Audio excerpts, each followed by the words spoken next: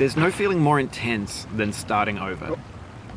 If you deleted your homework the day before it was due, as I have, or if you left your wallet at home and you have to go back after spending an hour in the commute. If you won some money at the casino and then put all your winnings on red but it came up black. If you got your best shirt dry cleaned before a wedding and then immediately dropped food on it. If you won an argument with a friend and then later discovered that they just returned to their original view. Starting over is harder than starting up. If you're not ready for that, like if you've already had a bad day, then what you're about to go through might be too much. Feel free to go away and come back. I'll be here. Alright, thanks for coming with me on this trip. I'll understand if you have to take a break at any point. Just find a safe place to stop and quit the game. And don't worry, I'll save your progress, always, even your mistakes. This game is a homage to a free game that came out in 2002 titled Sexy Hiking. The author of that game was Jazzuo, a mysterious Czech designer who was known at the time as the father of B games. And B games are rough assemblages of found objects. Designers slap them together very quickly and freely, and they're often too rough and unfriendly to gain much of a following. They're built more for the joy of building them than as polished products. In a certain way, Sexy Hiking is the perfect embodiment of a B game. It's built almost entirely out of found and recycled parts, and it's one of the most unusual and unfriendly games of its time. In it, your task is simply to drag yourself up a mountain with a hammer. And that act of climbing, in the digital world or in real life, has certain essential properties that give the game its flavor. No amount of forward progress is guaranteed. Some cliffs are too sheer or too slippery.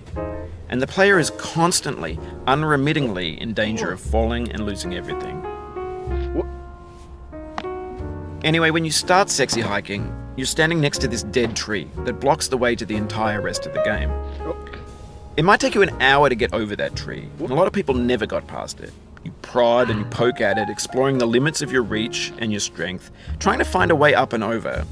And there's a sense of truth in that lack of compromise. Most obstacles in video game worlds are fake. You can be completely confident in your ability to get through them once you have the correct method or the correct equipment or just by spending enough time. In that sense, every pixelated obstacle in Sexy Hiking is real.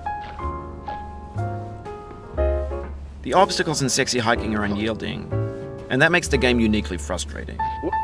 But I'm not sure Jazzuo intended to make a frustrating game. The frustration is just essential to the act of climbing, and it's authentic to the process of building a game about climbing.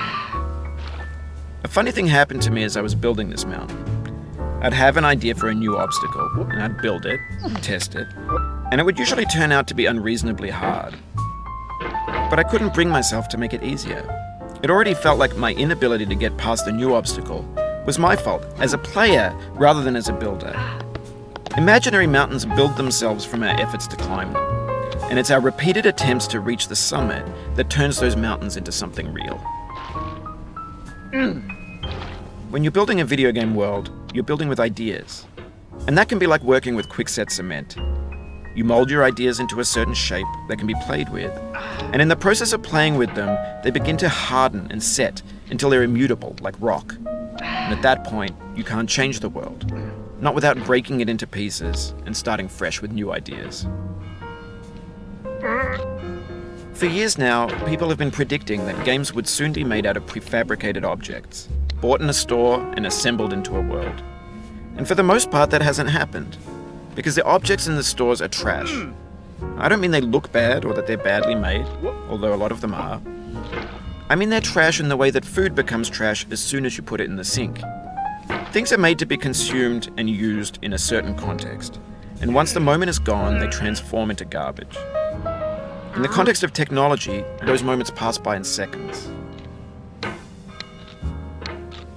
Over time, we've poured more and more refuse into this vast digital landfill that we call the internet. It now vastly outnumbers and outweighs the things that are fresh and untainted and unused. When everything around us is cultural trash, trash becomes the new medium, the lingua franca of the digital age. And you can build culture out of trash, but only trash culture. B games, B movies, B music, B philosophy.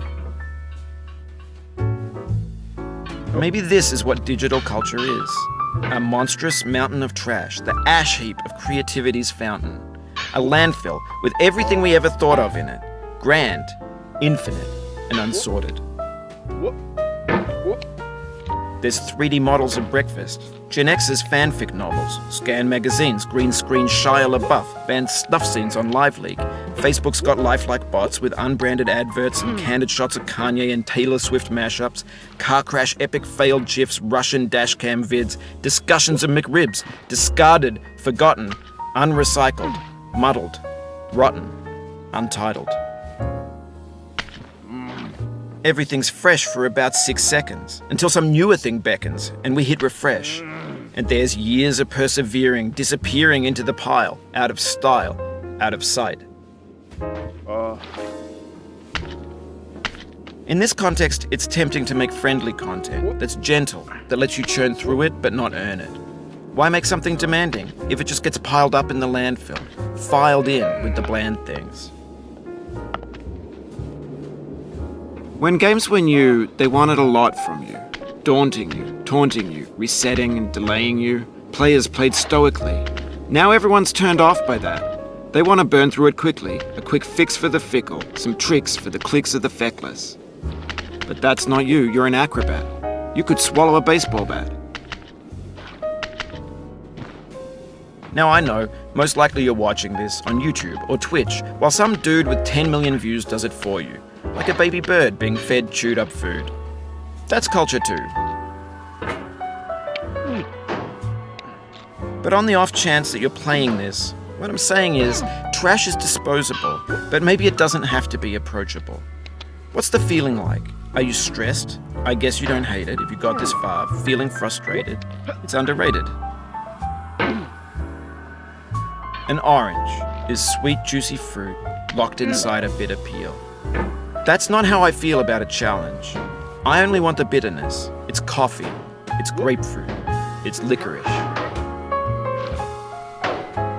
It feels like we're closer now. Composer and climber, designer and user.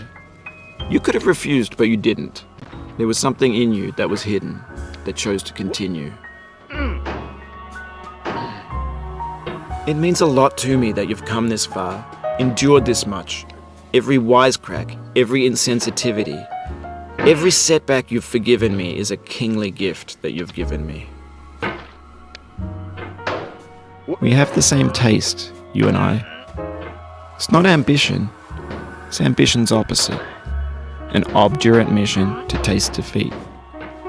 You'll feel bad if you win, so I put this snake in for you. Have you thought about who you are in this? Are you the man in the pot, Diogenes? Are you his hand? Are you the top of his hammer? I think not. Where your hand moves, the hammer may not follow, nor the man, nor the man's hand.